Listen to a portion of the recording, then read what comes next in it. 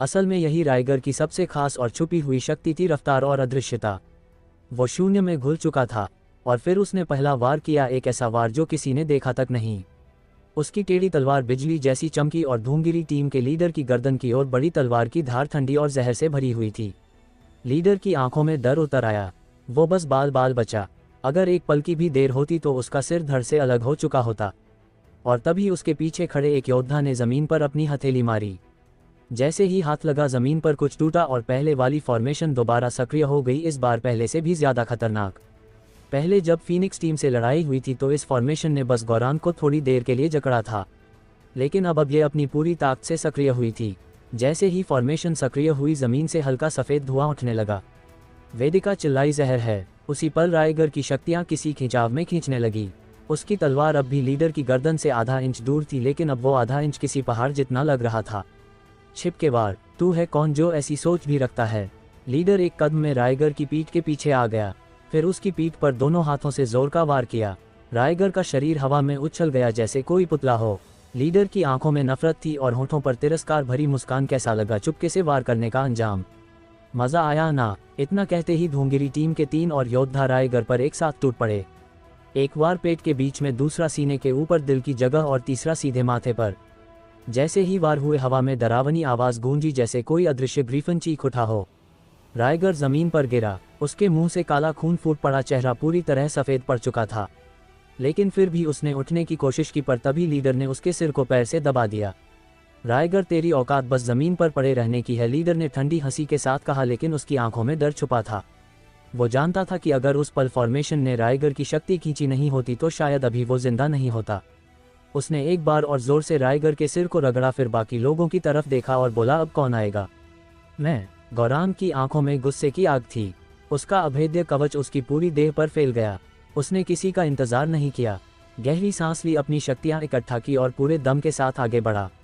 उसके कदमों की आवाज़ ऐसे थी जैसे युद्ध का ढोल बज रहा हो। आजा, अगर हिम्मत है तो सामने आ। इधर एक कोने में हिमेश की सोच तेजी से चल रही थी। ये फॉर्मेशन, इसका तोड़ क्या है? इसे कैसे तोड़ा जा सकता है? अगर फॉर्मेशन नहीं टूटी तो गौरांग और बाकी सबकी शक्ति धीरे धीरे खींचती जाएगी। चाहे गौरांग कितना भी ताकतवर हो, आखिरकार गिर ही जाएगा। जितनी ज़्यादा शक्तियाँ वो इस्तेमाल करेगा, उतनी जल्दी फॉर्मेशन उसे निगल जाएगी। इसका मूल कहाँ है? फॉर्मेशन का मूल तोड़ना पड़ेगा, पर वो है कहाँ? हिमेश के दिमाग में फॉर्मेशन के सक्रिय होने का पूरा तरीका घूम रहा था। इस अखाड़े के चारों तरफ पहले से ही एक फॉर्मेशन है और अब उसके अंदर एक और फॉर्मेशन बनाई गई है, लेकिन ये दोनों अभी तक आपस में नहीं टकराए, यानी मूल अखाड़े के अंदर नहीं हो सकता। इसका मतलब हिमेश, जिसने पिछले 2 महीने गुप्त फॉर्मेशन की ट्रेनिंग की थी, अब सब समझ चुका था। और तभी हिमेश ने जल्दी से कहा, मास्टर ओजा एस्फीरा, मुझे आपकी मदद चाहिए। ओजा ने बिना वक्त गंवाए पूछा, बोलो जल्दी। हिमेश बोला, इस फॉर्मेशन का मूल अखाड़े के बाहर कहीं है। अगर हम उसे ढूंढकर तोड़ दें तो ये पूरी फॉर्मेशन बिखर जाएगी। एस्फीरा बिना एक पल गंवाए अखाड़े की ओर भागी। ओजा भी पीछे पीछे दौड़ पड़ी। हिमेश भी दौड़ते हुए चिल्लाया, गौरांग भाई टिके रहो। अखाड़े के बीच में गौरांग पर चारों तरफ से हमले किए जा रहे थे। उसके शरीर पर जो अभेद्य कवच था, उसकी शक्तियां किसी अदृश्य बल द्वारा खींची जा रही थी और वो कुछ नहीं कर पा रहा था। हा रक्षक मोटे, अभी तो बड़ा गुरूर था तुझमें, अब कैसा लग रहा है? धूमगिरी टीम का लीडर ताना मारते हुए हंसा। बिना रक्षक शक्ति के गौरांग एक साधारण इंसान से ज्यादा कुछ नहीं रह गया था। उसकी सारी शक्तियां दब चुकी थी, लेकिन फिर भी वो दहाड़ा, बस इतनी ही ताकत है तुम्हारी? ये तो गुदगुदी जैसी लग रही है। हा। उसका चेहरा सूजा हुआ था, शरीर जख्मी था, लेकिन गुरूर अब भी अटूट था। तभी उसकी नज़र एस्फीरा और ओजा पर पड़ी, जो अखाड़े के आसपास घूम रही थी। उसे समझने में देर नहीं लगी कि वो लोग फॉर्मेशन का मूल ढूंढ रहे हैं। उसे वेदिका, तिमरा और शहनाज के लिए वक्त खरीदना था। आर्यन यहाँ नहीं था, वो हार नहीं सकते थे। अगर उसे अपने लीडर के साथ और आगे बढ़ना था तो उसे और भी मजबूत बनना पड़ेगा। गौरांग फिर से गरजा, तो तुम रेंगने वाले कीड़ों को लगता है कि मुझे रोक लोगे? तो आ जाओ, एक एक करके, नहीं सब एक साथ। उसके माथे से खून बह रहा था, पर उसका चेहरा ऐसा लग रहा था जैसे कोई जंग का देवता हो। वो ना गिरा ना पीछे हटा। भीड़ में बातें होने लगीं। ये पागल हो गया है क्या? इतनी मार खाकर भी खड़ा है। ये वही मोटा है ना, शिवांश परिवार से पूरी तरह गधा निकला। हा, धूमगिरी टीम जीतने ही वाली है। चारों तरफ लोग बस मजाक उड़ा रहे थे, क्योंकि जब कोई कमज़ोर होता है तो लोग उस पर हंसते हैं, कोई साथ नहीं देता। गौरांग से भी किसी को हमदर्दी नहीं थी। ग्रीफिन हॉल के शिष्य तालियां बजा बजा कर चिल्ला रहे थे, मारो इसे, हमारे हॉल के सामने इसकी क्या बिसात। इसका सारा गुरूर तोड़ दो। दर्शक दीर्घा में बैठा केरिम भी मुस्कुरा रहा था। उसे लग रहा था जैसे सब कुछ उसकी योजना के हिसाब से हो रहा हो। बगल में बैठे फॉर्मेशन हॉल के अध्यक्ष की नज़र अखाड़े के बाहर दौड़ी और उसने कहा, भाई केरिम, ये लोग क्या ढूंढ रहे हैं? और तभी हिमेश की आवाज़ गूंजी, मिल गया, यही है, इस पत्थर के नीचे। हिमेश की पकड़ फॉर्मेशन पर मजबूत थी। उसे ज़्यादा वक्त नहीं लगा मूल ढूंढने में। उसने जल्दी से पत्थर हटाया। नीचे एक चमकता हुआ क्रिस्टल था और यही था फॉर्मेशन का मूल। तोड़ दो इसे। हिमेश ने पूरी ताकत से उस पर हथेली मारी, लेकिन हाथ सुन्न हो गया और वो खुद पीछे गिर पड़ा। हा, फॉर्मेशन हॉल का अध्यक्ष हंसा, ये अग्नि क्रिस्टल है, तेरे जैसे मामूली लड़के से ये नहीं टूटेगा। हिमेश की ताकत सिर्फ फॉर्मेशन चलाने और समझने तक थी, किसी क्रिस्टल को तोड़ना उसके बस की बात नहीं थी। लेकिन औजा और एस्फीरा की ताकत अलग थी। औजा ने तुरंत हवा में उड़ान भरी, हाथ में प्रतिशोध तलवार की चमक उठी। स्वॉर्ड सेंस तकनीक। एक बिजली सा तेज और सटीक वार क्रिस्टल पर गिरा और उसकी सतह पर दरारें उभर आईं। फॉर्मेशन हॉल के अध्यक्ष की आंखें चौंधिया गईं। वह तुरंत बोला, भाई केरिम, हमें उन्हें फॉर्मेशन का मूल तोड़ने नहीं देना चाहिए। अगर फॉर्मेशन ढह गई तो उनकी शक्ति फिर से लौट आएगी और उस वक्त। केरिम की आंखों में खौफनाक चमक उभरी। उसने गुर्राकर कहा, ग्रीफिन हॉल के शिष्य कहाँ हैं? यहाँ हैं गुरुदेव। पीछे दर्जनों शिष्य एक साथ खड़े हो गए। केरिम ने ठंडी नज़रों से औजा और एस्फीरा को देखा और हुक्म दिया, मार डालो इन्हें। हाँ गुरुदेव। वो सारे शिष्य उड़ते हुए नीचे कूदे। तभी भीड़ में से हैदर गर्जा, भाइयों, आर्यन भाई का कर्ज चुकाने का वक्त आ गया है। हमला करो, ग्रीफिन हॉल वालों को खत्म कर दो। चक्रयोग हॉल के दर्जन भर साधारण शिष्य अपनी जान की परवाह किए बिना ग्रीफिन हॉल के शिष्यों को रोकने के लिए सामने आ गए। रीवा और घायल अव्यान भी डटकर खड़े हो गए। एस्फीरा ने भौहें चढ़ाकर औजा से कहा, तुम क्रिस्टल को तोड़ो, मैं इन्हें संभालती हूँ। इतना कहते ही एस्फीरा के शरीर से गुलशिता परी की छवि बाहर निकल आई। उधर रीवा की अग्निपंथ ब्लडलाइन की शक्तियां भी सक्रिय हो गई और वो भी बाकियों के साथ मिलकर ग्रीफिन हॉल के शिष्यों को रोकने में लग गई। दरार आने से फॉर्मेशन थोड़ी कमजोर पड़ गई थी, जिससे गौरांग और बाकियों की कुछ हद तक शक्तियां वापस लौट आए। गौरांग ने जोर से दहाड़ा, हरामी, बस इतना ही दम है तुझमें, फिर आ सब आओ एक साथ। अखाड़े में माहौल पूरी तरह बिगड़ चुका था। गौरांग पूरी तरह पागल होकर लड़ रहा था। तिम्रा, वेदिका और शहनाज बस दूर से देख रहे थे। उनका मन अंदर से टूट रहा था, लेकिन वो कुछ कर नहीं पा रहे थे। अगर वो बीच में आते तो खेल वहीं खत्म हो जाता। तिम्रा ने गहरी आवाज में कहा, बस थोड़ी देर और सब खत्म होने ही वाला है। उसकी मांसपेशियां तन गईं, मुट्ठियां कस गईं। अखाड़े के बाहर औजा फिर से हवा में उड़ी। दोनों हथेलियों से तलवार पकड़कर उसने पूरी ताकत से क्रिस्टल पर हमला किया, अब तो टूट जा। लेकिन उसी वक्त अनुराज एक कदम में उसके सामने आ गया और होठों पर तिरछी मुस्कान के साथ बोला, इतनी मेहनत मेरे रहते। उसके शब्दों के साथ ही शक्तियों की एक लहर औजा की ओर लपकी, जैसे हवा में कोई अदृश्य जाल फैल गया हो। अगले ही पल औजा का शरीर कांप उठा। वो शक्ति मूलवीर स्तर की थी। उसमें ऐसा दबाव था कि औजा की सांसें थमने लगीं। उसकी आंखें पल भर के लिए सफ़ेद हुईं और फिर वो धड़ाम से ज़मीन पर आ गिरी। एस्फीरा ने जब देखा कि औजा मुसीबत में है, उसकी नसें फड़क उठी। रुको, उसने चीखते हुए हाथ उठाया और तुरंत गुलशिता परी की छाया बिजली की गति से अनुराज की ओर झपटी। औजा खून से लथपथ ज़मीन से उठी और फिर से उड़ गई। इस बार वह पूरी शक्ति से तलवार लेकर क्रिस्टल को फोड़ने वाली थी, मगर अनुराज ने अचानक और भी भयंकर शक्ति से हमला किया और औजा को फिर ज़मीन पर पटक दिया। साथ ही एक हाथ के इशारे से उसने गुलशिता परी की छाया को भी पीछे धकेल दिया और हंसते हुए बोला, क्या बेकार लोग हैं। उसके लहजे में घमंड और तिरस्कार साफ झलक रहा था। वो फीनिक्स हॉल का अध्यक्ष था और यहाँ कोई उसे रोक नहीं सकता था, यहाँ तक कि एस्फीरा भी नहीं। चक्रयोग हॉल के लोग बिखर रहे थे। औजा गंभीर रूप से घायल थी। एस्फीरा और रीवा अपने अपने मोर्चों में फंसी थीं। अगर फॉर्मेशन न टूटी तो अखाड़े में गौरांग और बाकी जिंदा नहीं बचेंगे। और उसी पल अगर अनुराज ने फिर हमला किया तो औजा का भी अंत तय था। औजा ज़मीन पर पड़ी थी, खून में सनी हुई, लेकिन फॉर्मेशन अब भी वैसी की वैसी थी। एस्फीरा भी किसी अदृश्य शक्ति से बंधी हुई थी, कुछ कर नहीं पा रही थी। वो बस देखती रही कि अनुराज धीरे धीरे औजा की ओर बढ़ रहा है। दूसरी ओर केरिम और अन्य हॉल अध्यक्ष ठहाके लगाकर हंस रहे थे। उन्हें लग रहा था कि अब जीत पक्की है और इस घड़ी मानो वो आर्यन के अस्तित्व को ही भुला बैठे थे।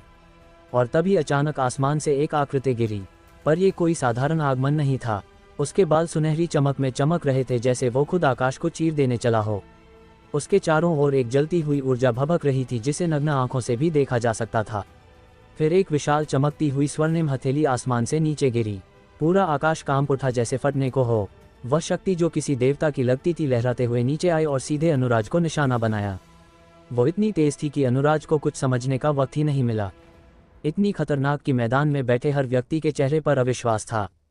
किसी को भी नहीं लगा था आर्यन इस समय आएगा, वो भी यूं आसमान से जैसे कोई देवता। अनुराज ने ऊपर देखा और डर के मारे चीख मारी आहा, और फिर वो हथेली उस पर आ गिरी। जमीन पर एक विशाल हस्त चिन्ह उभर आया। उसके बीच में अनुराज की लाश मांस के लोथड़े जैसी पड़ी थी, न कोई हरकत ना सांस।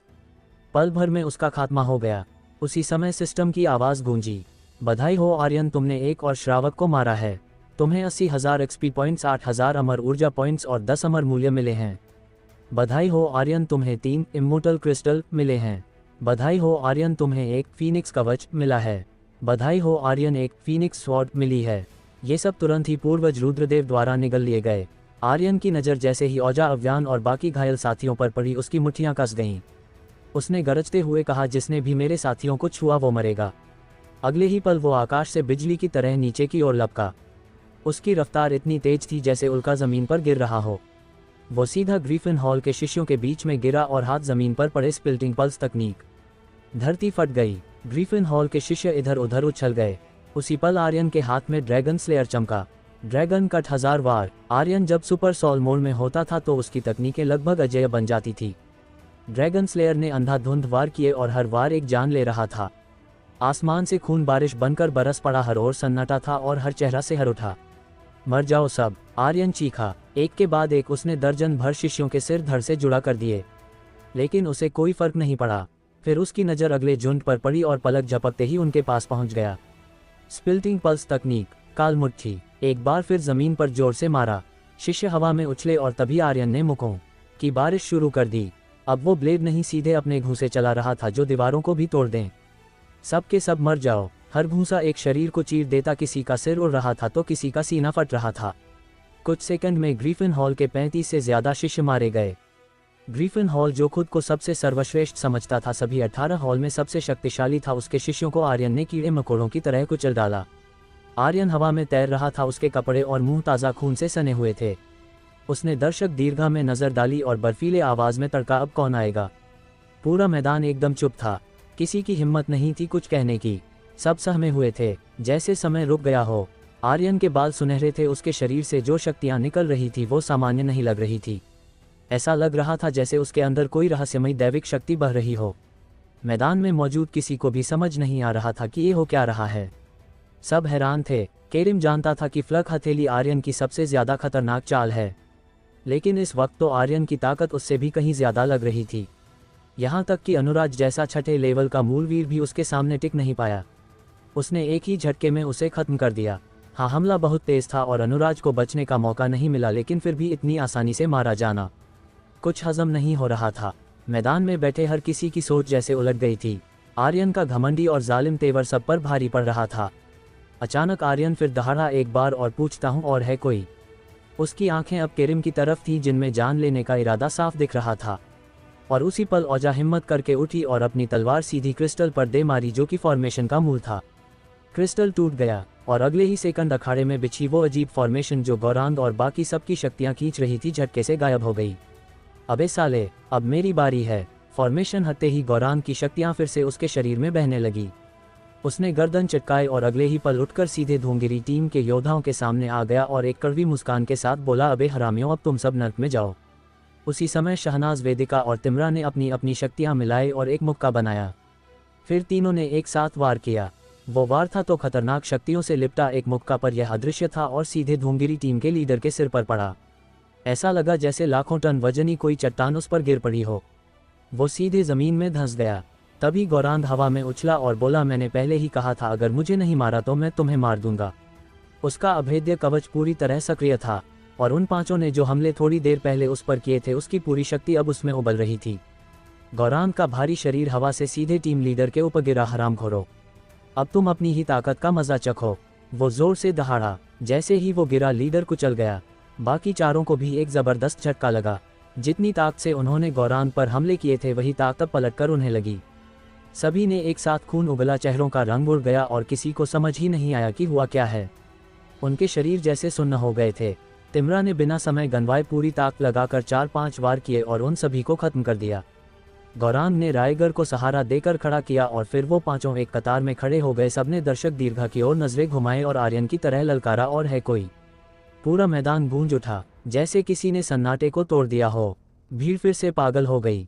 पागल दरिंदे टीम ने अपना असली रूप दिखा दिया था। कुछ मिनट पहले जो लोग हार की कगार पर थे उन्होंने एक ही पल में पूरी धूंगिरी टीम को मिटा दिया। उनकी मौजूदगी ही डर पैदा कर रही थी। और तभी मैदान में तेज आवाज़ गूंजी, पागल दरिंदे, पागल दरिंदे। फिर ऐसे ही एक एक करके हर तरफ से लोग चिल्लाने लगे, पागल दरिंदे, पागल दरिंदे। पूरा मैदान गरज उठा। आर्यन और उसकी टीम के लिए पूरा मैदान पागल हो चुका था। टीम रैंकिंग मुकाबले में जीत तय हो चुकी थी।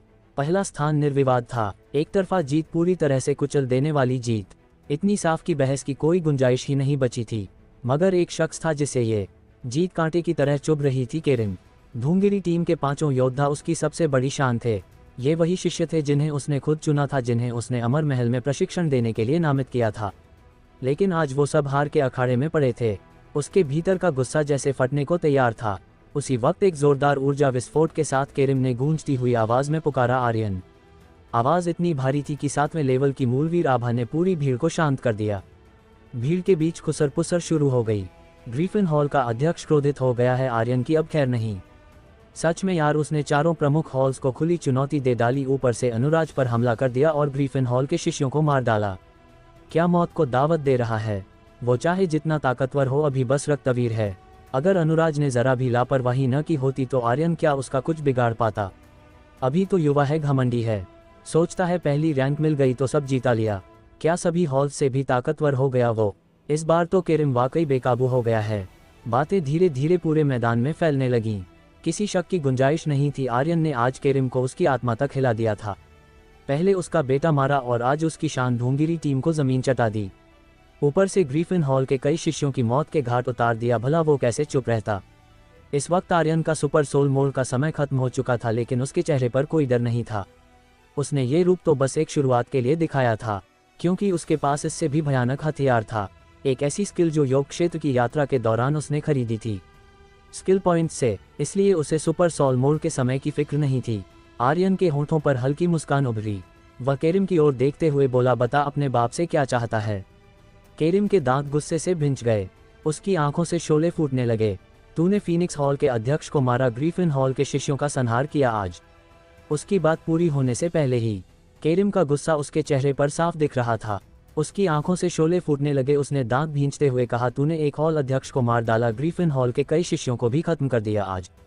उसकी बात पूरी भी नहीं हो पाई थी कि आर्यन ने बिना डरे बोल दिया, क्योंकि उन्होंने मरने लायक हरकत की थी। ये नतीजा है मेरे साथियों को छूने का। और अब तू फिर से वही बोलेगा ना कि आज तू मुझे नहीं छोड़ूंगा, तो नीचे आ और खुद आकर मुझे मार के दिखा, आर्यन ने उसकी आंखों में आंख डालकर कहा। उसका दिल अंदर ही अंदर जल रहा था। अगर वो थोड़ा भी देर करता तो उसके साथी शायद बच नहीं पाते, और अगर ऐसा होता तो वो खुद को कभी माफ नहीं कर पाता। ये सोचते हुए उसका गुस्सा और भड़क गया।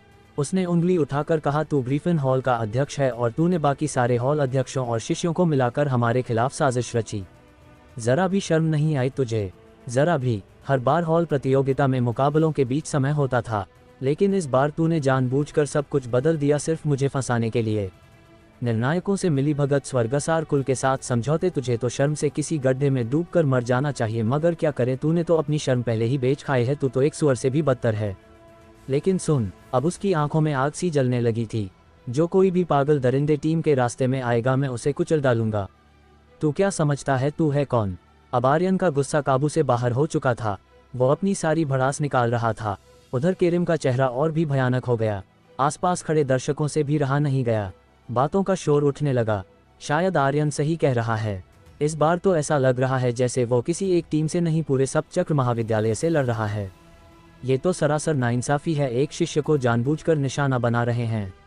हर बार उसे मैदान में उतरने से रोका गया। अब सब समझ आ रहा है कितनी घटिया हरकत है ये। इन सब बातों को सुनकर केरिम का चेहरा गुस्से से लाल हो गया। उसकी आंखों में खून उतर आया और उसकी शक्ति जैसे उबाल पर पहुंच गई। वो पागलपन की हालत में पहुंच चुका था। आर्यन ने फिर से ठंडे लहजे में कहा, अगर दम है तो आजा। अब तक आर्यन 18 में से 2 श्रावकों को पहले ही मार चुका था।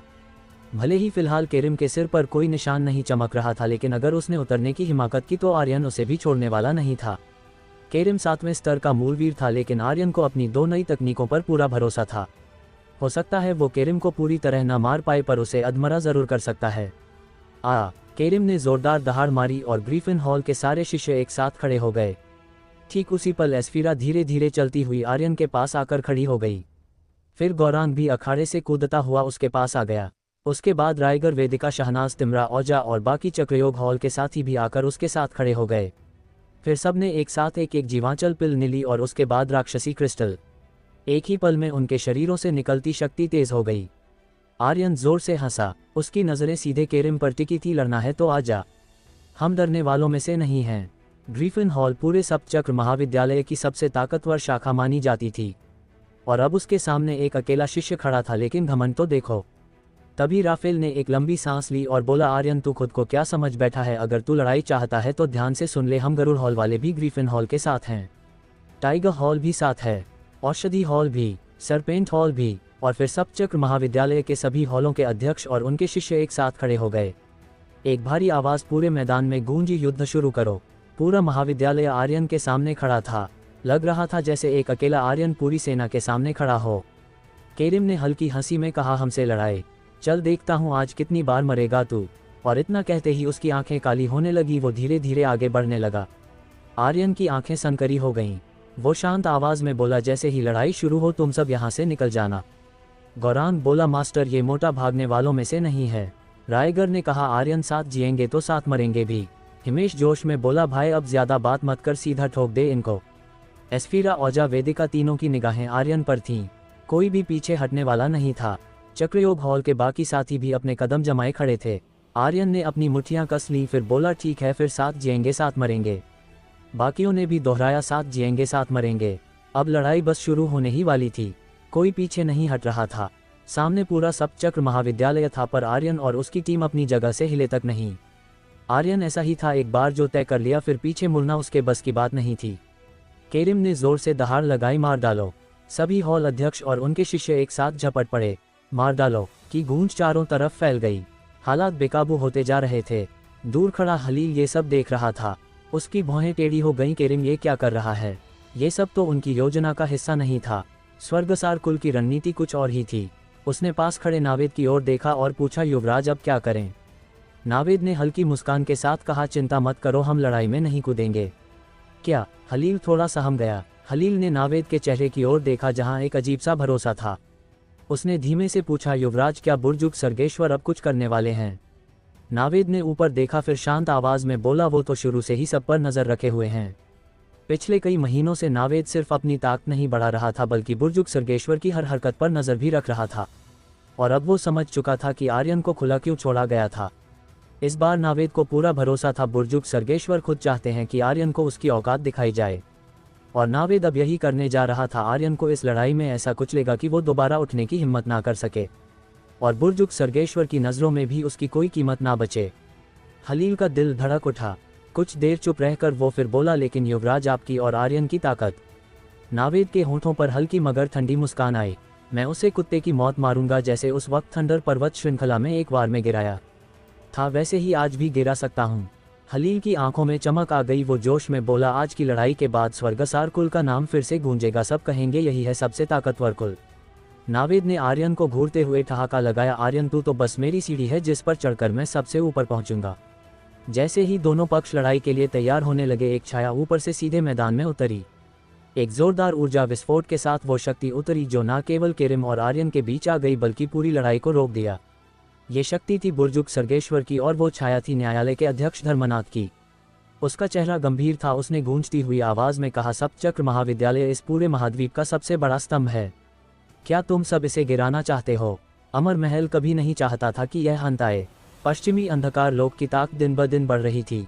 ऐसे वक्त में सप्तचक्र महाविद्यालय का गिरना पूरे अमरद्वीप के लिए विनाशकारी होता, और बुर्जुग सर्गेश्वर ये अच्छी तरह जानते थे। ठीक उसी वक्त अमर महल के 8 एल्डर भी जमीन पर उतरे। वो सीधा आर्यन और केरिम के बीच आ खड़े हुए और बोले, आर्यन थोड़ा शांत हो जा, पहले ही काफी हंगामा हो चुका है और चाहिए क्या? आर्यन ने जरा भी नरमी नहीं दिखाई। बोला, पहले केरिम से कहो कि अपनी ओछी हरकतें बंद करे। वो एक हॉल अध्यक्ष होकर हमारे खिलाफ चालें चल रहा है। आखिर चाहता क्या है? अगर इसे मुझसे कोई दिक्कत है तो साफ साफ कहे, मैं इसकी खुजली मिटाने को तैयार हूँ। आर्यन जानता था कि अभी की स्थिति में खुलकर लड़ाई मुमकिन नहीं है, लेकिन एक तरह से ये अच्छा भी था। उसे अपने श्रावक मिशन को पूरा करने की जल्दी थी, इसलिए उसका रवैया और भी ज्यादा अक्खड़ हो गया। दूसरी ओर केरिम की आंखों में गुस्से की लहर दौड़ गई और उसने चिल्लाकर कहा, आर्यन अपनी जुबान को लगाम दे। आर्यन हंसा, तुझे मेरी जुबान से फर्क पड़ रहा है पर अपनी साजिशों से नहीं। तुझे तो शर्म आनी चाहिए, तू एक अध्यक्ष के नाम पर धब्बा है, एक शिष्य के खिलाफ इतनी चाले, तुझे तो चुपचाप किसी पत्थर से टकराकर जान दे देनी चाहिए। तो केरिम इतने गुस्से में था कि उसका चेहरा लाल हो गया। जैसे ही बोलने की कोशिश की कुछ कह नहीं पाया, क्योंकि ये सच था, वो शुरू से ही आर्यन के पीछे पड़ा था और ये सब स्वर्गसार कुल के इशारे पर हो रहा था। बस धर्मनाथ की गूंजती आवाज़ मैदान में फैल गई। उसने आर्यन की ओर देखा और बोला, अगर तुमने ये नाटक बंद नहीं किया तो तुम्हारा पिल बनाने का अधिकार छीन लिया जाएगा और प्रतियोगिता से भी तुझे बाहर निकाल दिया जाएगा। आर्यन ने कहा, ठीक है, मैं एल्डर धर्मनाथ की इज्जत में ये लड़ाई रोक रहा हूँ, लेकिन अगर केरिम ने फिर से मेरी तरफ उंगली भी उठाई तो मुझसे कोई उम्मीद मत करना, मैं इसकी नस्लों तक को ख़त्म कर दूंगा। इससे पहले कि केरिम कुछ बोल पाता, धर्मनाथ की आवाज़ गूंज उठी, केरिम, मुझे उम्मीद है कि तुम अब प्रतियोगिता में निष्पक्ष व्यवहार करोगे। अब ये बात यहीं ख़त्म होती है और अगले मुकाबले की तैयारी शुरू करो। लड़ाई टाल दी गई थी। अगर झगड़ा होता तो बुर्जुग सर्गेश्वर की योजनाएं भी बिखर जातीं। सप्तचर्क महाविद्यालय का टूटना अमृतद्वीप की बुनियाद को हिला सकती थी, और अगर आर्यन हारता तो ड्रैगन क्षेत्र की खोज पर भी असर पड़ता। तो किसी भी पक्ष की हार बुर्जुग सर्गेश्वर के लिए नुकसानदेह थी। साथ ही इस वक्त उनका मकसद आर्यन को मारना नहीं था, उन्हें सिर्फ उसे सबक सिखाना था, याद दिलाना था कि अगर वाकई उसे ताक चाहिए तो ड्रैगन क्षेत्र के रहस्यों को खोलना होगा। ज्यादा ताक पाने की असली कुंजी वहीं छिपी थी। इसी वजह से नावेद को अमर भवन से रवाना किया गया था। बुर्जुग सर्गेश्वर चाहते थे कि नावेद उसे सबक सिखाए, और उन्हें पूरा विश्वास था नावेद की शक्ति आर्यन से निपटने के लिए काफ़ी है। आर्यन की हंसी अब ठंडी थी। केरिम, उसने कहा, तुम तो सच में मेरी मौत चाहते हो। चलो आज मैं तुम्हें भी एक मौका देता हूँ, याद रखना मैं लौटूंगा। हाँ, केरिम उसे मरता देखना चाहता था, लेकिन आर्यन भी चाहता था कि वो सारे अध्यक्षों को मारे। उसके सामने खड़े सभी हॉल अध्यक्षों को देखा जिनके सिरों पर वही सुनहरे चिन्ह चमक रहे थे, और आर्यन अब और इंतजार नहीं करना चाहता था। वो बस उस पल का इंतजार कर रहा था जब वो सबको खत्म करके 18 श्रावक मिशन पूरा कर सके। बात खत्म हुई, फिर आर्यन पलटा और वहां से निकल गया। पीछे खड़ा केरिम उसकी पीठ को घूरता रहा। उसकी आंखें जहर उगल रही थीं। उसने दांत पीसते हुए कहा, हरामी, तू आज बच नहीं पाएगा। बाकी हॉल के लोग भी एक बार फिर अपनी जगहों पर बैठ गए। मैदान फिर से शांत हो गया, लेकिन उस चुप्पी के पीछे आंधी छिपी थी। गौरांग की आंखों में हल्की सी जिज्ञासा चमकी। उसने धीरे से पूछा, भाई, कल रात से कहाँ गायब थे तुम? आर्यन के होंठों पर एक हल्की मुस्कान आ गई। उसने बड़े आराम से जवाब दिया, एक अच्छी जगह गया था।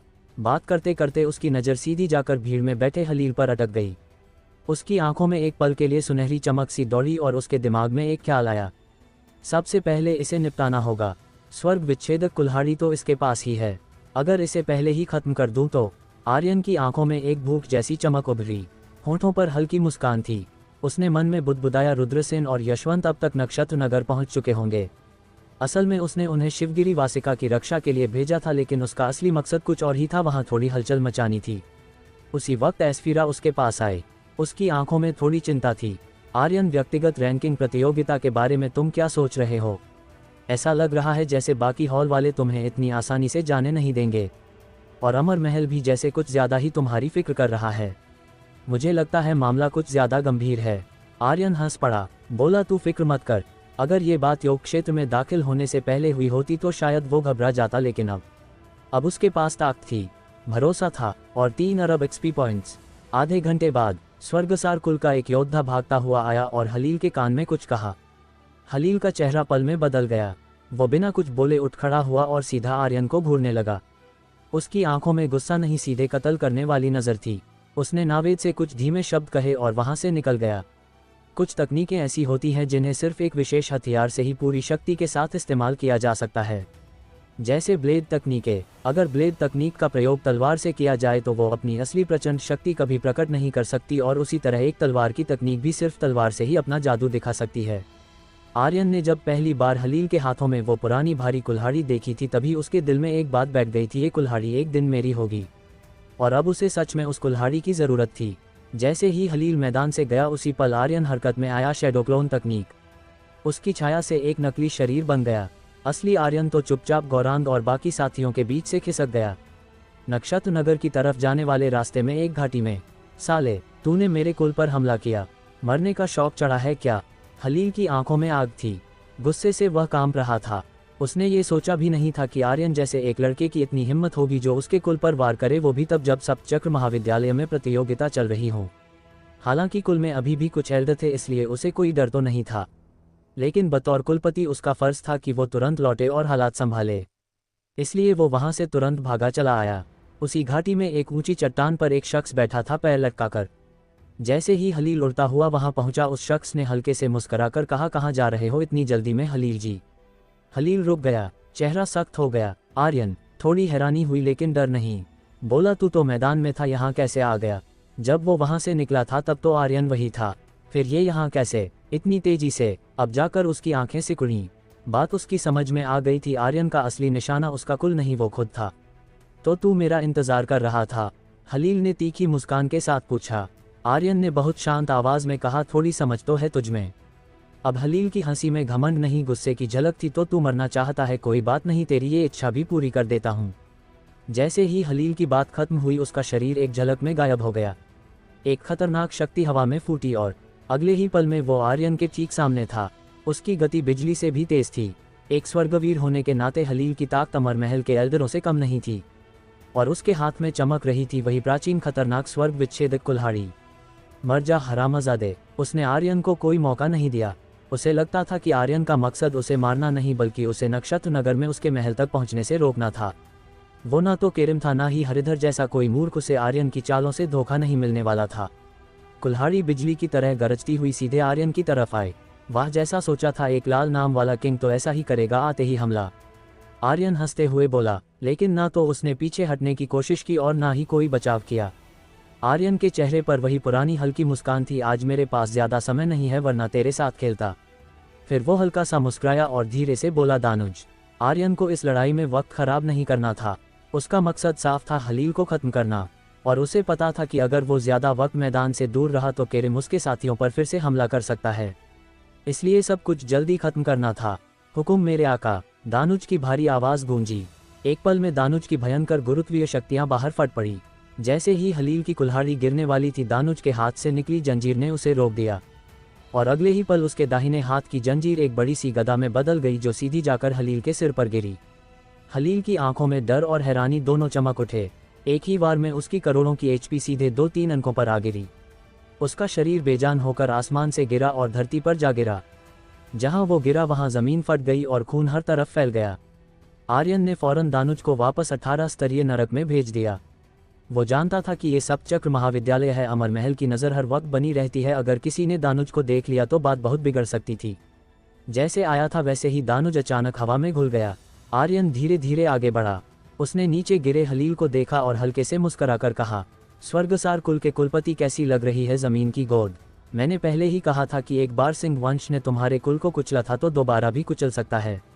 तुम्हें यकीन नहीं हुआ और मेरे सामने आ खड़े हुए, लेकिन मैं पूर्वज कृष्णकांत सिंह नहीं हूँ जो तुम्हें फिर से उठने का मौका देगा। आर्यन के चेहरे पर अब खौफनाक मुस्कान थी। उसने अपना दाहिना हाथ उठाया और ड्रैगन स्लेयर से एक बेरहम हमला किया। अगर जड़ों को नहीं काटोगे तो वसंत की हवा में पेड़ फिर से उगाता है। एक वक्त था जब सिंह वंश ने स्वर्गसार कुल को तबाह किया था, लेकिन तब बहुतों की जान बख्श दी गई थी।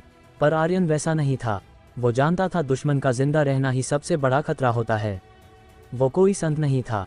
अगर आज हलील को छोड़ देता तो कुछ साल बाद यही कोई सेना तैयार करके फिर से उसके अपनों पर टूट पड़ता।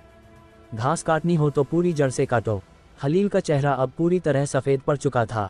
उसने आर्यन को आखिरी बार घूरते हुए चीख कर कहा, आर्यन हरामी, मत सोच तू बच जाएगा, तू भी मरेगा, हा हा हा। और उसी वक्त ड्रैगन स्लेयर की धार गिरी। हलील का सिर उसके शरीर से अलग हो गया। खून की धार फूटी और तभी आर्यन के कानों में एक ठंडी सी सिस्टम की आवाज़ गूंज उठी। उसने तुरंत कहा, अमर मूल्य सक्रिय करो। बधाई हो आर्यन, हलील को मारने पर तुम्हें 98,000 एक्सपी पॉइंट्स, 9,800 अमर ऊर्जा पॉइंट्स और 10 अमर मूल्य मिले हैं। बधाई हो आर्यन, तुम्हें हाइड्रा ब्लडलाइन मिली है। क्या तुम इसे अवशोषित करना चाहते हो? बधाई हो आर्यन, तुम्हें स्वर्ग विच्छेदक कुल्हाड़ी मिली है। बधाई हो आर्यन। सिस्टम की आवाज़ लगातार गूंजती रही, लेकिन जैसे ही आर्यन ने स्वर्ग विच्छेदक कुल्हाड़ी सुना, उसने बाकी किसी चीज़ पर ध्यान नहीं दिया। हा हा हा, मिल गई, मुझे सच में मिल गई स्वर्ग विच्छेदक कुल्हाड़ी। आर्यन खुशी से उछल पड़ा। उसने अपनी स्पेस रिंग के अंदर झांका जहां एक बड़ी भारी भरकम कुल्हाड़ी चमक रही थी। उससे निकलती शक्तियां इतनी भयानक थी कि उसका खून तक उबाल खाने लगा। अगर इसे उस खास तकनीक के साथ जोड़कर चलाऊं, हा हा हा। तो सीधा आसमान तक पहुंच जाऊंगा। उसे याद आया कि अगर वो अपने स्किल पॉइंट से ली नई तकनीक के साथ इस कुल्हाड़ी को चलाए तो शायद ही कोई उसे रोक पाए। तुम लोग समझते हो मैं मारा जाऊंगा, सोच लेते एक बार, क्योंकि अब तक जिसने भी ऐसा बोला है वो इस दुनिया में रहा नहीं। आर्यन ने मुस्कुराते हुए ताना मारा और फिर तेजी से वापस मैदान की तरफ उड़ गया। मैदान में जब हलील ने स्वर्ग विच्छेदक कुल्हाड़ी का इस्तेमाल किया था तब नावेद की भौहें टेढ़ी हो गई थीं। हलील को तब गए मुश्किल से 10 मिनट हुए थे। इतने कम वक्त में वह नक्षत्र नगर में स्थित स्वर्गसार कुल के महल पहुंच ही नहीं सकता था। वो इसी सोच में था कि उसी पल कुल्हाड़ी से निकली तीव्र शक्ति एकदम से गायब हो गई। तब जाकर उसने राहत की सांस ली। लगता है हलील ने दुश्मन को निपटा दिया और कुल्हाड़ी खुद ही वापस रख ली।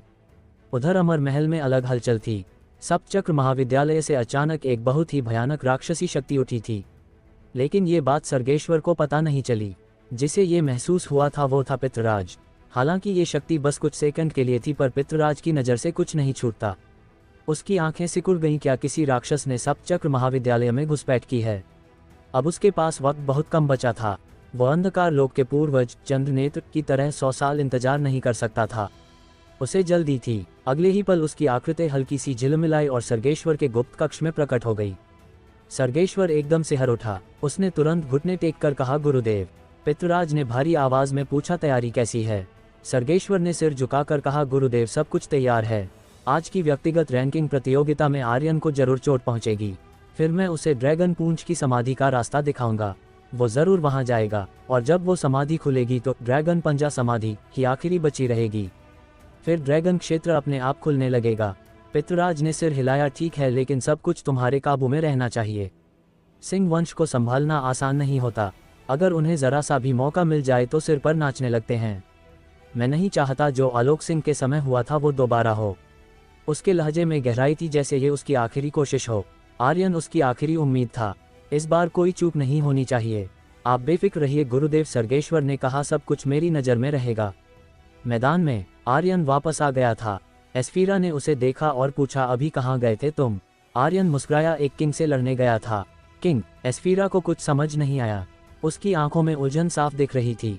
आर्यन ने कुछ कहने की जरूरत नहीं समझी, बस हल्का सा मुस्कुराया और कहा, थोड़ी देर में सब समझ आ जाएगा। उसी समय मैदान में उद्घोषणा हुई, अब पिल रिफाइनिंग प्रतियोगिता का अंतिम मुकाबला शुरू होने वाला है।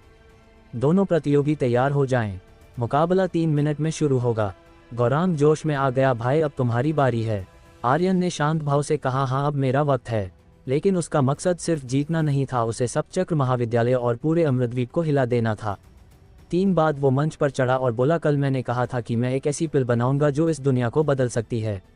शायद तुम सबने मेरा मजाक भी उड़ाया होगा, क्योंकि कौन ही मानेगा कि एक पिल पूरी दुनिया बदल सकती है।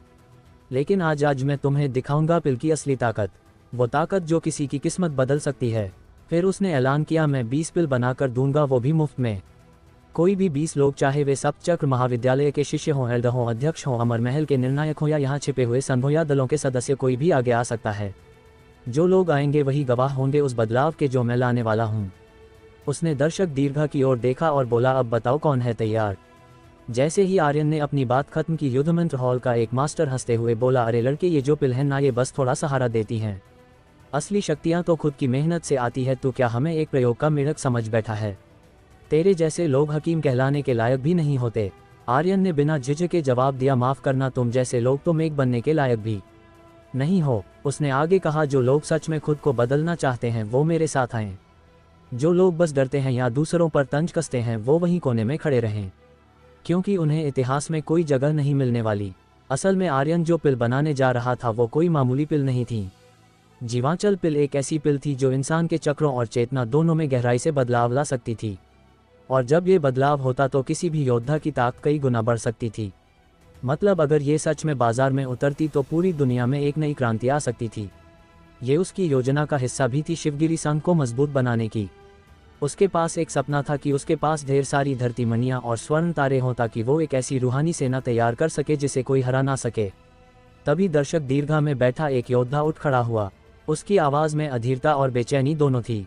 मैं इसे आजमाने के लिए तैयार हूँ। मैं एक 9वें स्तर का रक्तवीर हूँ, 4थी श्रेणी की इमोर्टल रूट से जुड़ा हूँ, पर मेरी प्रतिभा सीमित है और इसलिए आगे नहीं बढ़ पा रहा।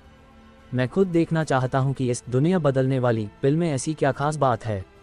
फिर एक और आवाज़ आई, मुझे भी गिन लो। मैंने अब तक जितनी भी औषधियाँ खाई हैं वो सिर्फ नींव मजबूत करने के लिए थीं। मैं भी लूँगा, मुझे भी जोड़ो, मैं भी आ रहा हूँ। धीरे धीरे लोग एक एक करके उठने लगे, सब मंच की ओर बढ़ने लगे। इसी बीच अमर महल के एक एल्डर ने भी गंभीर आवाज़ में कहा, अगर यह औषधि वाकई इतनी चमत्कारी है तो मैं भी इसका हिस्सा बनूंगा। इसके बाद एक हॉल के मास्टर ने भी आगे कदम बढ़ाए और कहा, मैं भी इस प्रयोग में शामिल होना चाहता हूँ। पिछले पूरे समय पागल दरिंदे टीम के योद्धा हर मुकाबले से पहले 2 चीज़ें लेते थे, एक पिल और एक अजीब क्रिस्टल। लोग दिल ही दिल में सोचते रहते थे कि आखिर ये दोनों चीज़ें हैं क्या। तभी केरिम उठा, उसकी आवाज़ में एक चेतावनी छिपी थी, आर्यन अगर इन लोगों को कुछ भी हुआ तो पूरी जिम्मेदारी तुम्हारी होगी। पीछे से राफेल की हंसी गूंज उठी। देखो आर्यन, तुमने खुद को कितना आंक लिया है। अगर ये पिल वाकई इतनी कमाल की है तो फिर इसे मुफ्त में क्यों बांट रहे हो? कहीं कुछ और ही तो योजना नहीं है तुम्हारी? आर्यन मुस्कुराया और बोला, तुम दोनों बार बार मेरे पास थप्पड़ खाने क्यों आ जाते हो? फिर उसने केरिम की ओर देखा और साफ कहा, अगर तुम्हें अपनी बात पर इतना ही भरोसा है तो अपनी जान दांव पर लगाओ, वरना कुत्ते की तरह भौंकना बंद करो और जाकर चुपचाप बैठ जाओ। केरिम का चेहरा गुस्से से लाल हो गया। शुरू से अब तक वो जैसे तैसे अपना गुस्सा रोक रहा था।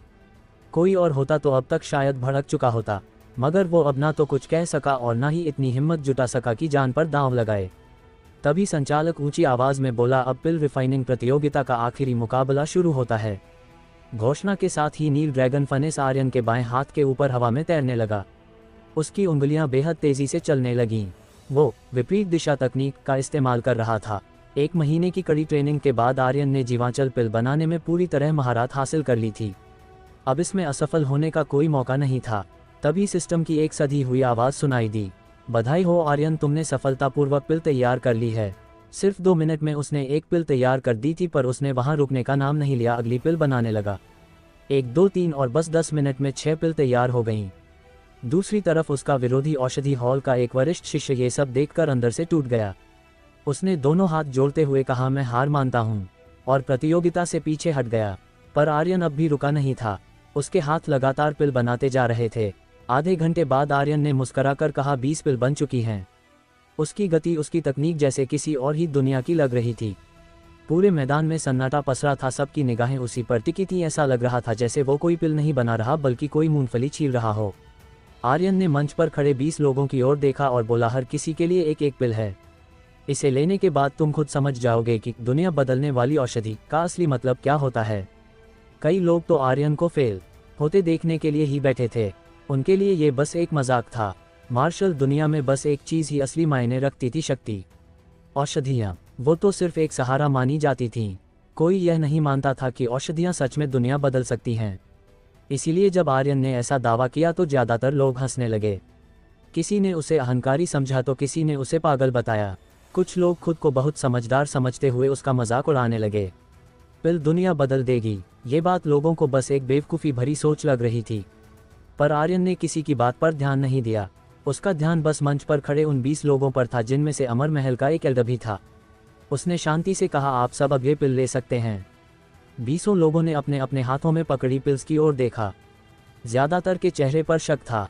एक पिल जो 2 मिनट में बन गई, न उसमें कोई खास सुगंध थी न कोई चमक। क्या ये सच में काम करेगी, या कहीं ये खाकर पेट ही खराब ना हो जाए? ध्यान से खाना भाइयों, कहीं दस्त ना लग जाए। सब चक्र महाविद्यालय में इतने शौचालय नहीं है। हा हा हा, तुम लोग तो एकदम बेवकूफ़ हो यार। कोई भी कुछ कह दे तो उस पर यकीन कर लेते हो। सोच रहे हो गोली खाओगे और दुनिया बदल जाएगी। कहीं ऐसा ना हो कि इस गोली के बाद हम सब आर्यन के गुलाम बन जाएं। वैसे दस्त के लिए तैयार रहो सब लोग। ठहाके गूंजने लगे, तालियों और तानों की आवाज़ें माहौल को हंसी का मैदान बना रही थीं।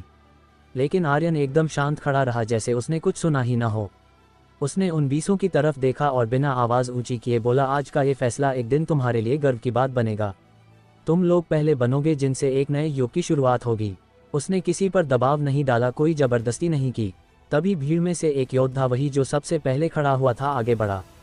उसकी ताक कई सालों से शून्यवीर के 9वें स्तर पर अटकी हुई थी। उसने कहा, मैंने अपनी ज़िंदगी में न जाने कितनी पिल्स खाई हैं, पर रक्तवीर स्तर तक कभी नहीं पहुंच सका। अब पिल्स पर भरोसा नहीं बचा, लेकिन तुम पर है आर्यन। इतना कहकर उसने पिल खा ली। जैसे ही पिल उसकी ज़बान पर पहुंची, तुरंत घुल गई। एक गर्म सी लहर उसके शरीर में उतर गई। अगले ही पल उसके चक्रों से तेज सी आवाज़ आई। उसकी आंखें फट गईं, जैसे किसी ने उसे जोर से झटका दिया हो, और उसके शरीर से तेज ऊर्जा निकलने लगी। भीड़ में फिर हंसी उठी। देखा, पहले से भी बुरा हाल लग रहा है इसका। लगता है अब गया। चेहरा देखो उसका। तड़प रहा है, ये दस्त नहीं मौत है। आर्यन, तुझे इंसानों की जान की कोई कदर नहीं। क्या दक्षिण तरंग महाद्वीप के लोग ऐसे ही बेरहम होते हैं? सिंह परिवार का कोई भी ईमान धर्म नहीं है। ताने और तेज हो गए, हंसी और चुभने लगी, लेकिन आर्यन का चेहरा शांत था। वो उसी गंभीरता से उस योद्धा को देख रहा था जैसे उसे पहले से सब पता हो। उसने मन ही मन सोचा, थोड़ा सब्र रखो, अभी सब समझ में आ जाएगा। उधर बाकी के 19 लोग एक दूसरे को देखने लगे। सबके चेहरे पर झिझक थी, कुछ तो अब पछता भी रहे थे। पिल निगलने वाला योद्धा जमीन पर बैठ गया और उसकी सांसें तेज होती गई। ऐसा लग रहा था जैसे उसके शरीर में कोई शक्ति अंदर से टकरा रही हो। आधा मिनट भी नहीं बीता था कि तभी एक तेज गूंज उसके शरीर से निकली और उसी के साथ उसकी शक्तियों में बड़ा बदलाव आया। वो शून्यवीर के 9वें स्तर से सीधे रक्तवीर के पहले स्तर पर पहुंच गया। उसने आंखें खोली, उसकी पुतलियां कांप रही थीं और चेहरे पर ऐसा भाव था जैसे सालों की मेहनत एक पल में रंग लाए हो। वो आर्यन के पास आया और वहीं जमीन पर घुटनों के बल गिर पड़ा। उसके होंठ कांप रहे थे, वो खुशी से बोल नहीं पा रहा था। धन्यवाद आर्यन, मैं अगले स्तर पर पहुंच गया। जिस दीवार को वो 5 साल से नहीं तोड़ पा रहा था, वो आज एक पिल ने तोड़ दी थी। सारा मैदान चुप हो गया। उसके शब्दों ने उन सारी हंसी और तानों को जैसे थप्पड़ मार दिया हो। हर चेहरा अब हैरान था। आर्यन ने सिर्फ हल्का सा मुस्कुराकर कहा, बधाई हो। तभी वो योद्धा फिर से पालती मार के बैठ गया और उसके चेहरे पर तनाव बढ़ गया। लोगों की आवाज़ें फिर से उठीं। अब क्या हो गया इसे? जरूर कोई दुष्प्रभाव है। जबरदस्ती अगले स्तर पर पहुंचने से शरीर पर असर पड़ा होगा। इतनी जल्दी खुश मत हो। दक्षिण तरंग महाद्वीप के लोग क्या जाने। औषधि बनाना, ये तो सबसे पिछड़े लोग हैं। बाकी 19 लोगों ने पिल मुंह तक तो पहुंचाई थी, लेकिन अब रुक गए। अब उनके हाथ वहीं जम गए थे। तभी अचानक एक के बाद एक तीखी गूंज 3 बार हवा में गूंजी। हर योद्धा उस आवाज़ को पहचानता था, ये किसी के लेवल पार करने की आवाज़ थी। 3 बार ऐसी गूंज यानी 3 लेवल पार कर चुका था, और अगर पहले वाली गूंज को जोड़ ले तो ये चौथा लेवल था। 1 मिनट से भी कम वक्त में कोई लगातार 4 लेवल पार कर जाए, ये किसी ने कभी देखा ही नहीं था। अब मैदान में कोई कुछ नहीं बोल रहा था, सबके मुंह पर जैसे तेज तमाचे पड़े हों। ये चमत्कार नहीं था, ये आर्यन की बनाई दुनिया बदलने वाली पिल का कमाल था। वो योद्धा जिसके शरीर में इतनी उथल पुथल मची थी, अब उसकी आंखों में जुनून और कृतज्ञता साफ झलक रही थी। वो फिर से आर्यन के सामने झुका, घुटनों पर आ गया और सिर टेकते हुए कांपती आवाज़ में बोला, आज से आप ही मेरे मालिक हैं। आपने मुझे एक नया जन्म दिया है, अब मेरी जिंदगी आपकी है। उसकी आंखों में आंसू थे और दिल काबू से बाहर हो गया था। वो सोच ही नहीं पा रहा था कि कैसे शुक्रिया अदा करे। लेकिन तभी आर्यन ने उसे उठाया और मुस्कराते हुए कहा, मैं तेरा मालिक नहीं, अगर तू चाहे तो आज से हम भाई हैं। वो योद्धा हक्का बक्का रह गया। उसकी आंखें और ज्यादा भर आईं। उसने बस धीरे से कहा, भाई। अब पूरे मैदान में एकदम खामोशी छा गई थी। सब हैरान थे। 1 मिनट से भी कम में 4 स्तर पार कर देना, ऐसा तो पूरे अमृतद्वीप में कभी किसी ने नहीं किया था। आर्यन ने चारों ओर देखा। उसका चेहरा अब सख्त और ठंडा हो गया था। उसने ऊंची आवाज में कहा, अब हंसो, फिर से हंसो जरा। थोड़ी देर पहले तो बड़े मजे ले रहे थे, बोलो अब क्या हुआ? मैंने हर एक चेहरा याद कर लिया है जिसने मेरी बेइज्जती की थी। ये पिल कोई भी खरीद सकता है, लेकिन अब तुम सब नहीं। उसके शब्द ताने नहीं थे, सीधे सीधे मुंह पर तमाचे थे। पिल का असर वाकई हैरान करने वाला था। खुद आर्यन को भी अंदाजा नहीं था कि यह इतनी जबरदस्त निकलेगी। अब बाकी के 19 लोग भी ज्यादा देर तक नहीं रुके। उन्हें डर लगने लगा कि कहीं पिल ही ना छिन जाए। उन्होंने बिना कुछ सोचे पिल निगल ली। फिर क्या था भाई, मैंने भी एक स्तर पार कर लिया। आर्यन, तूने तो कमाल कर दिया। मैं तेरा एहसानमंद हूँ। हा, मेरी शक्तियाँ भी एक स्तर से बढ़ गई।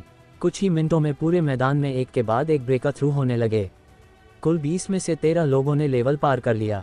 ये कोई आम बात नहीं थी, ये तो डरावना था। भीड़ दंग रह गई थी। किसी को समझ नहीं आ रहा था कि यह हो क्या रहा है। ये कोई संयोग नहीं था, न ही इसे कोई बाहरी योजना कह सकता था। ये वास्तव में उस एक पिल की ताक थी। अब आर्यन ने मंच पर खड़े अमर महल के एल्डर की तरफ देखा और कहा, अब आपकी बारी है एल्डर साहब। अब तक सबकी शक्तियां बदल चुकी थीं, लेकिन कोई नहीं समझ पा रहा था कि ये सब कैसे हो रहा है। एल्डर ने बिना कुछ कहे पिल उठाई, मुंह में रखी, आंखें बंद की और ध्यानमग्न हो गया। अब सबकी नज़र उसी पर टिक गई, क्योंकि वो कोई मामूली आदमी नहीं था। वो अमर महल का एल्डर था, एक बेहतरीन योद्धा और ऊंचे दर्जे का हकीम। वो बाकी सारे हकीमों को, यहाँ तक कि हरिधर जैसे लेवल 9 के संप्रसार्य को भी हल्के में लेता था। उसे पूरा यकीन था कि उससे अच्छी पिल कोई बना ही नहीं सकता। वो मंच पर सिर्फ ये देखने आया था कि आर्यन की बनाई पिल में ऐसा क्या खास है। लेकिन जैसे ही पिल अंदर गई, उसके शरीर में बिजली जैसी कुछ दौड़ गई। उसकी आंखें चौड़ी हो गईं, बेचैनी और हैरानी से भरी हुईं। ये पिल, ये रुको, वो चौंक कर बोला। फिर वो वहीं जमीन पर पालथी मारकर बैठ गया। उसके चारों तरफ से ऊर्जा लहराने लगी और कुछ ही पल में उसके आसपास एक जबरदस्त ऊर्जा भंवर बन गया। तभी एक जोरदार आवाज़ उसके शरीर से निकली, गूंजदार, भारी, जैसे कोई तूफान अंदर से बाहर आ गया हो। और फिर वो उठ खड़ा हुआ, सीधा आर्यन के सामने आया। उसकी आंखों में श्रद्धा थी और साथ ही हैरानी। कैसे? ये कैसे हो सकता है? ये पिल मेरा स्तर कैसे बढ़ा सकती है? वो कोई साधारण योद्धा नहीं था, वो एक स्वर्गवीर था और उसका यूं एक पिल से लेवल बढ़ जाना लगभग नामुमकिन बात थी। पूरे मैदान में सन्नाटा छा गया, कोई कुछ बोल नहीं पा रहा था। केरिम का चेहरा सफ़ेद पड़ चुका था, राफेल की आंखों में गुस्सा और डर दोनों थे। औषधि हॉल के मास्टर और शिष्य ऐसे लग रहे थे जैसे किसी ने सबके चेहरों पर 100 से ज़्यादा चप्पल जड़ दी हो। अभी कुछ देर पहले वो लोग आर्यन पर हंस रहे थे, अब बस एक ब्रेक थ्रू ने उनकी हंसी को तमाचे में बदल दिया था। आर्यन ने एकदम शांत लहजे में कहा, क्योंकि ये कोई आम पिल नहीं है, ये वो पिल है जो दुनिया बदल सकती है। दुनिया को बदलने वाली उस एल्डर का चेहरा जैसे हैरानी से सख्त हो गया। उसने धीमे से बुदबुदाया, ये पिल चक्रों को खोलती है, चेतना को विकसित करती है, शक्तियाँ बाहर लाती है। ये तो सच में दुनिया बदलने वाली चीज़ है। क्या ये मुमकिन भी था? उसकी आंखें नम हो गईं।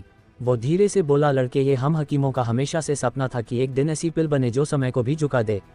तूने वो कर दिखाया है, सच में कर दिखाया है। हकीमों को लोग इज्जत तो देते थे, लेकिन सीमित तौर पर। उनकी बनाई औषधियाँ बस सहायक मानी जाती थीं, कभी किसी की किस्मत नहीं बदलती थीं। लेकिन आज जो हुआ था वो किसी स्वप्न से कम नहीं था, और उस सपने को आर्यन ने हकीकत बना दिया था। दर्शक दीर्घा में बैठे सभी लोग अब उठ खड़े हुए, वहाँ हलचल सी मच गई। ये कौन सी पिल थी यार? अरे, अमर महल का एल्डर तक ब्रेक थ्रू कर गया एक ही झटके में। इसमें ऐसा क्या है? सभी हॉल्स के शिष्य भी चौंक कर उठ गए। अमर महल के बाकी 7 एल्डर भी एक साथ खड़े हो गए। उनके चेहरों पर हैरानी साफ झलक रही थी। आर्यन ने हल्की सी मुस्कान दी और एल्डर की तरफ देखकर बोला, बस यूं ही शौक में बना दी थी।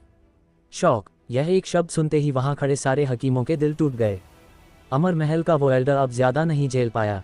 वो फौरन बोला, आर्यन, इस प्रतियोगिता से हट जाओ, मेरे साथ चलो अमर महल। मैं तुम्हें पूरी दुनिया का सबसे बड़ा हकीम बना सकता हूँ। तुम जो भी पिल बनाओगे उसकी कीमत लाखों में होगी। उसे पता था कि आगे की लड़ाई में क्या होने वाला था, पर अब उसके लिए बाकी सब बातें बेमानी थीं। वो इस लड़के की प्रतिभा को यूं बर्बाद नहीं होने देना चाहता था। ऐसी पिल जो पूरी दुनिया का नक्शा बदल सकती है, उसे यूं ही नहीं खोना चाहिए। आर्यन कुछ पल चुप खड़ा रहा, फिर शांति से बोला, आपका शुक्रिया, पर मैंने पहले ही कहा था हकीम बनना मेरा शौक है। मेरी असली पहचान है एक योद्धा। उस एल्डर की भौहें सिकुड़ गईं। उसने गंभीर स्वर में कहा, आर्यन, मेरी सलाह मानो, व्यक्तिगत रैंकिंग स्पर्धा से पीछे हट जाओ, यही तुम्हारे लिए बेहतर होगा। उसके लहजे में छिपी चेतावनी बिल्कुल स्पष्ट थी।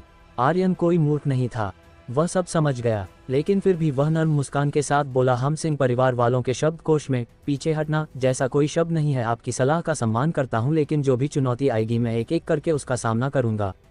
अरे आखिर तू मेरी बात समझ क्यों नहीं रहा? एल्डर की आवाज़ कांप रही थी। तू अगर इस प्रतियोगिता में गया तो मारा जाएगा। उस एल्डर को पहले आर्यन से कोई लगाव नहीं था, लेकिन अब जब आर्यन ने वो काम कर दिखाया जो वो खुद बरसों से करना चाहता था, उसके अंदर डर समा गया था। अब वो नहीं चाहता था कि आर्यन यूं ही अपनी जान गंवा दे। नावेद, स्वर्गसार कुल का यंग मास्टर, क्या तुम जानते हो कि वो कौन है? उसे सिर्फ पहला डीमन स्लेयर कहना ना काफ़ी होगा। असल बात ये थी, उसका स्तर, उसके शरीर में छिपी प्राचीन शक्तियाँ, और सबसे बढ़कर बुर्जुग सर्गेश्वर की सीधी आ गया। आर्यन अब तक हर लड़ाई जीतता आया था, मगर क्या वो नावेद से भी जीत सकता है? और अगर किसी चमत्कार से नावेद को हरा भी दे तो क्या वो बुर्जुग सर्गेश्वर अमर महल के स्वामी से लड़ पाएगा? उस एल्डर को लग रहा था कि आर्यन के पास सिर्फ एक ही रास्ता बचा है, पीछे हट जाना। लेकिन तभी अमर महल के 3 और एल्डर मंच पर आ गए। उनमें से 2 ने उस पहले वाले हकीम एल्डर को पकड़ लिया और जबरदस्ती पीछे ले जाने लगे। तीसरे ने मुड़कर आर्यन की तरफ देखा और सख्त आवाज़ में बोला, तुझे प्रतियोगिता में भाग लेना ही होगा। अगर तू पीछे हटा तो आज तक जो कुछ भी तूने हासिल किया है सब मिटा देंगे, और जो भी तेरे साथी है वो सब भी मारे जाएंगे। आर्यन ने उसकी ओर देखा और होठों पर एक ठंडी मुस्कान आई। ये वही इंसान था जिसने औजा के पिता को मारा था। आर्यन ने हंसते हुए जवाब दिया, मुझे ये धमकियां देना बंद करो, मुझे ये पसंद नहीं। और घबराओ मत, चाहे आसमान टूट पड़े, मैं इस प्रतियोगिता में ज़रूर हिस्सा लूँगा। आर्यन को कोई नहीं रोक सकता, कोई भी नहीं, तुम भी नहीं। उस एल्डर की आंखों में हल्की सी हंसी तैर गई, जैसे वो कह रहा हो, तू अब तक नहीं समझा कि दुनिया कितनी बड़ी है और तू कितना छोटा। उधर दूर से फिर वही हकीम एल्डर चिल्लाया, आर्यन, इस प्रतियोगिता को छोड़ दे और मेरे साथ अमर महल चल। तेरी बनाई पिल अब सोने से भी ज्यादा कीमती है, मेरी बात मान, छोड़ दे ये लड़ाई। तभी एक एल्डर ने जाकर सीधे उसके पेट में जोर से हाथ मारा। दूसरे ने गरज कर कहा, अगर एक शब्द और बोला तो यहीं खत्म कर देंगे तुझे। आर्यन कुछ नहीं बोला, पर अब उसके मन में सवाल उठने लगे, आखिर ये प्रतियोगिता है क्या? कौन कौन आ रहा है इसमें? सप्तचक्र महाविद्यालय में तो कोई भी नहीं जो मुझे टक्कर दे सके। तो क्या ये अमर महल के योद्धा होंगे? उसे अब भी अंदाज़ा नहीं था कि उसका असली विरोधी कौन होगा।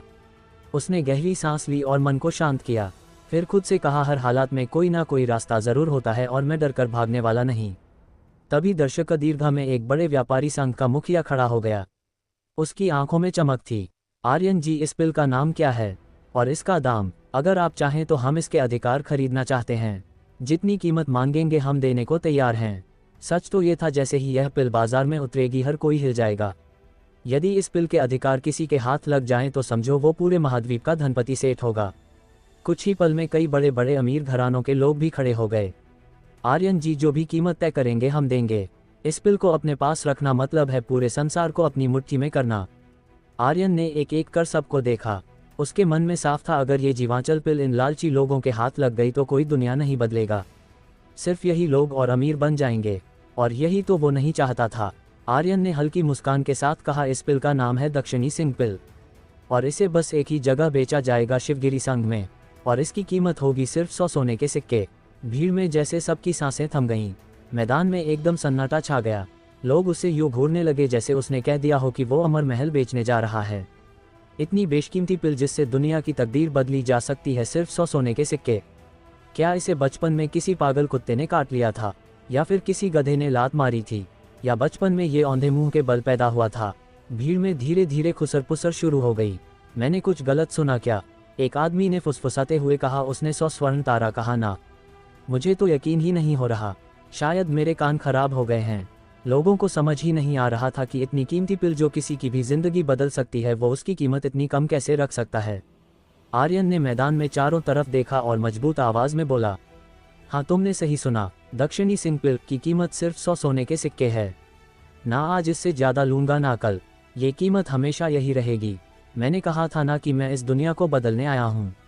मैं चाहता हूँ कि हर योद्धा को ये मौका मिले कि वो अपनी किस्मत खुद तय कर सके। यही मेरा मकसद है। उसकी यह बात सीधी लोगों के दिल में उतर गई और तुरंत तालियों की आवाज़ गूंजने लगी। सप्तचक्र महाविद्यालय के 18 हॉल्स के तमाम छात्र भी खड़े हो गए। तालियों का शोर ऐसा था मानो आसमान फट जाएगा। जो लोग अब तक आर्यन का मजाक उड़ाते थे, अब उन्हीं की आंखों में श्रद्धा दिख रही थी। सोचो कौन ऐसा कर सकता है जिसके पास इतनी बड़ी ताकत हो, इतना बड़ा मौका हो दुनिया पर राज करने का, और वो सब छोड़कर आम लोगों के लिए कुछ कर रहा हो। इस स्वार्थी दुनिया में जहां हर कोई केवल अपनी शक्तियां बढ़ाने में लगा है, वहां आर्यन जैसे लोग मिसाल बन जाते हैं। दक्षिणी सिंह, दक्षिणी सिंह, ये नाम अब हर कोने से गूंजने लगा। जीवांचल पिल का नाम बदलकर दक्षिणी सिंह पिल रखना बस एक नाम बदलना नहीं था। आर्यन चाहता था कि दुनिया जाने ये पिल कहां से आई, किसने बनाई और किस मकसद से बनाई गई। हिमेश की आंखों में आंसू थे। उसने सीधा बोल दिया, भाई तो सम्राट है, दिल जीत लिया। लग रहा है मैं तो उसे प्यार ही करने लगा हूँ। इतना सुनना था कि एस्फीरा, वेदिका, औजा, शहनाज और तिमरा सबकी आंखें फटी रह गईं। सब ने हिमेश को ऐसे देखा जैसे वो कोई भूत देख रहे हों। बेचारा हिमेश झेप कर चुप हो गया, लेकिन सबके दिलों की धड़कन तेज थी। हर किसी के मन में यही था, वो सच में कुछ अलग है। पूरी भीड़ तालियां बजा रही थी। आर्यन के अंदर घमंड जरूर था, अकड़ भी थी, लेकिन उसका इरादा साफ था, अपने लिए नहीं सबके लिए। लेकिन जब कोई इतना ऊंचा उठता है तो कुछ लोगों को वो रास नहीं आता। जैसे केरिम, राफेल और बाकी हॉल अध्यक्ष, उनके चेहरों पर साफ दिख रहा था कि उन्हें ये सब पसंद नहीं आ रहा। उन्हें लगने लगा था कि अब छात्रों के दिलों में उनकी जगह आर्यन ले चुका है। अगर आर्यन जिंदा बच गया तो कल वो प्रधानाचार्य बन जाएगा, और वो ये कभी नहीं चाहते। भीड़ में एक और चेहरा था जो गुस्से से जल रहा था, नावेद, स्वर्गसार कुल का घमंडी वारिस। उसकी आंखों में नफरत की आग थी। बड़ी बातें कर रहा है ना, वो बुदबुदाया, जब मरेगा तब देखेंगे कि कैसे बदलता है दुनिया। अगर आज तू मर गया तो ना कोई दक्षिणी सिंह बचेगा, ना दुनिया बदलने की बातें, सब खत्म हो जाएगा। वो जानता था अगर यह पिल बाजार में आई तो शिवगिरी संघ की ताकत स्वर्ग छू लेगी और उसका स्वर्गसार कुल जो व्यापार में सबसे ऊपर था वो हिल जाएगा। और सबसे बड़ी बात, ये पिल इतनी सस्ती थी कि कोई भी इसकी नकल नहीं करना चाहेगा। ये बात नावेद को कतई मंजूर नहीं थी। आर्यन, ओ आर्यन, मैंने तुझे पहले कितना कम आंका था। नावेद की आंखों में पनपती वहशी आग अब और भी तेज भड़कने लगी थी। वो जान चुका था अगर आज आर्यन जिंदा बच गया तो वह सीधे आसमान छू लेगा, और ये नावेद किसी भी कीमत पर होने नहीं देगा। वो नहीं चाहता कि आर्यन फिर से स्वर्गसार कुल को रौंद दे जैसे उनके पूर्वजों ने किया था। अमर महल मुख्य हॉल में सर्गेश्वर गहरी सोच में बैठा था। चेहरा शांत था मगर मन में तूफान चल रहा था। उसे आर्यन का इतना ऊपर उठना बिल्कुल भी पसंद नहीं आया। आज के बाद जब दक्षिणी सिंह पिल बाजार में आएगी तो हर कोई सिंह नाम को जानेगा और दक्षिण तरंग महाद्वीप की खोई हुई पहचान भी वापस आएगी। ये सर्गेश्वर के लिए किसी बुरे सपने जैसा था। वो इस पिल को इतनी सस्ती क्यों बेच रहा है? एक एल्डर ने हैरानी से पूछा। दूसरे ने कहा, यही उसकी चाल है। इतनी कम कीमत में बेचकर वो पूरी दुनिया का ध्यान खींचना चाहता है। और मानना पड़ेगा आर्यन को पता है बाजार कैसे जीता जाता है। तीसरे एल्डर ने कहा, अगर उसने इसकी कीमत 100 धरती मणि रख दी होती या सिर्फ एक स्वर्ण तारा ही मांगा होता तो क्या हर योद्धा इसे खरीद पाता? धरती मणि और स्वर्ण तारा जैसे खजाने तो बस अमृतद्वीप के चंद रईस कुलों के पास ही थे। बाकी महाद्वीपों के लोग तो शायद इनके नाम भी ठीक से नहीं जानते होंगे। असल में आर्यन हर महाद्वीप के लोगों से पैसा बटोर रहा है, एक एल्डर ने धीरे से कहा, और यही उसकी सबसे बड़ी चाल है। 100 सोने के सिक्के और 100 धरती मणि में ज़मीन आसमान का फ़र्क है। पर अगर आप सोचो कि पूरे 5 महाद्वीपों में करोड़ों करोड़ लोग हैं तो ज़रा अंदाज़ा लगाओ कि कमाई कितनी ज़बरदस्त होगी। ये तो साफ दिख रहा था आर्यन को ज़बरदस्त मुनाफा होगा और शायद यही उसका मकसद था, पैसा, नाम और अपने दक्षिण तरंग महाद्वीप को ऊंचाई पर ले जाना।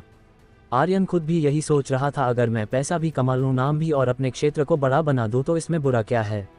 वो खुद को बाजारी व्यापारी समझने लगा था, लेकिन उस व्यापारी की नज़रें अब 7 चक्रों से ऊपर थीं। मैदान में हलचल के बाद व्यक्तिगत रैंकिंग प्रतियोगिता का मुकाबला शुरू होना था, लेकिन लोगों की दिलचस्पी अब मुकाबलों में नहीं रही थी। उनके मन में बस एक ही ख्याल था, दक्षिणी सिंह पिल कैसे मिलेगी। तभी संचालक ने ऊंची आवाज़ में घोषणा की, अब पेश है आज का सबसे बड़ा समारोह, व्यक्तिगत रैंकिंग प्रतियोगिता। देखते हैं कि कौन बनेगा सप्तचक्र महाविद्यालय का सर्वोच्च शिष्य, कौन होगा वो जिसे सबसे ताकतवर माना जाएगा। ये प्रतियोगिता सबसे अहम थी क्योंकि योद्धाओं की दुनिया में असली पहचान ताकत से होती है, और इसकी खास बात यह थी कि कोई भी किसी को चुनौती दे सकता था, बस वो महाविद्यालय का शिष्य होना चाहिए। फू आर्यन ने गहरी सांस ली। तो अब असली खेल शुरू हो रहा है। देखते हैं कौन कौन है जो अब तक खुद को छुपाए बैठा था। उसी वक्त गौरांग पास आया। भाई हम भी उतरे क्या? आर्यन ने धीरे से सिर हिलाया। तुम लोगों की ज़रूरत नहीं, इस बार मैं सबको अकेले पलटने वाला हूँ। उसे पता था कि ये प्रतियोगिता सिर्फ एक मुकाबला नहीं है, इसके पीछे बहुत कुछ छुपा है। अमर महल भी जरूर कोई चाल खेलेगा और वो नहीं चाहता था कि उसके साथी उस चक्कर में पड़ें। फिर उसकी नज़र औजा पर पड़ी। उसने हल्की मुस्कान के साथ कहा, उस एल्डर का हिसाब नहीं चुकाऊंगा तुम्हारे लिए। औजा थोड़ी हैरान रह गई और फिर आर्यन सीधा अखाड़े की तरफ बढ़ गया। मन ही मन सोच रहा था, या तो आज मैं मरूंगा या इतिहास लिख दूंगा।